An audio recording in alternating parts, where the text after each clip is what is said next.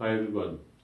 Passive voice continues for negative sentences. Present tense में हम for passive voice कर रहे हैं और part 2 of 4 continues for negative sentences और method S में O for object या मफूल जिस पर काम किया जाता है, फिर is, am या are में से कोई एक आता है जुमले के मुताबिक और उसके बाद नेगेटिव के लिए नॉट यूज होता है। उसके बाद बीइंग आता है क्योंकि ये कॉन्टिन्यूस है तो इसको कॉन्टिन्यूस के लिए ये बीइंग आएगा और फिर वर्ब की थर्ड फॉर्म आएगी, फिर फुल स्टॉप आएगा।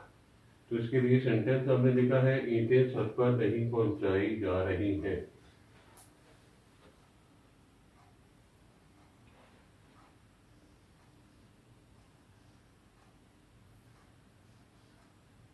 Bricks are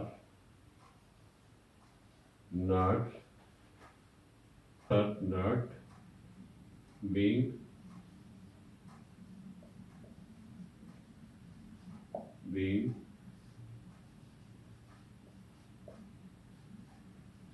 carried on the roof।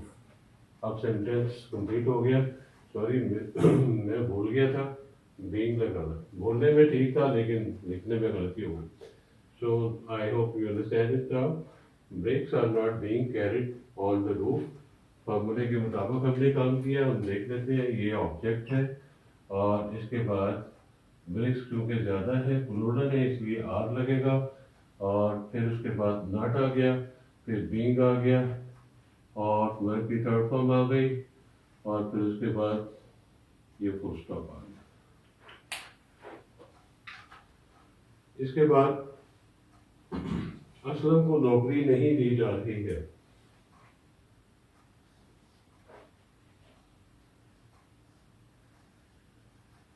Aslam is not being given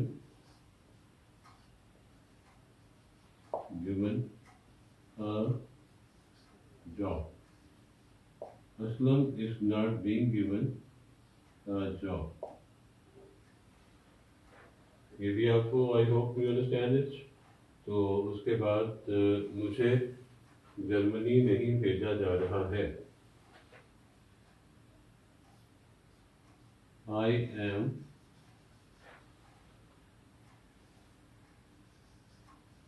not being